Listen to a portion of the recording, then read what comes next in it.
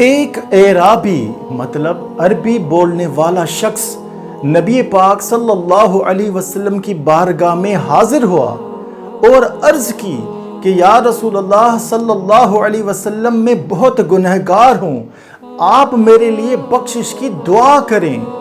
تو میرے نبی صلی اللہ علیہ وسلم نے ارشاد فرمایا، تو صرف بسم اللہ شریف پڑھا کر۔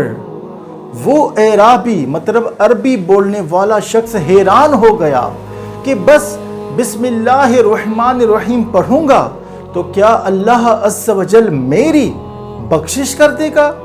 تو پیارے آقا صلی اللہ علیہ وسلم نے ارشاد فرمایا، جو مسلمان سچے دل اور یقین کے ساتھ بسم اللہ الرحمن الرحیم پڑھے گا تو انشاءاللہ اللہ عز و جل اس شخص کی بخشش کر دے گا۔ ایک اور روایت میں آتا ہے کہ بسم اللہ الرحمن الرحیم میں 19 حروف ہیں اور جہنم کے طبقات درجات بھی 19 ہیں۔ تو امید ہے کہ جو شخص صرف ایک مرتبہ بسم اللہ الرحمن الرحیم پڑھے گا تو جہنم کے 19 طبقات سے وہ شخص نجات پائے گا۔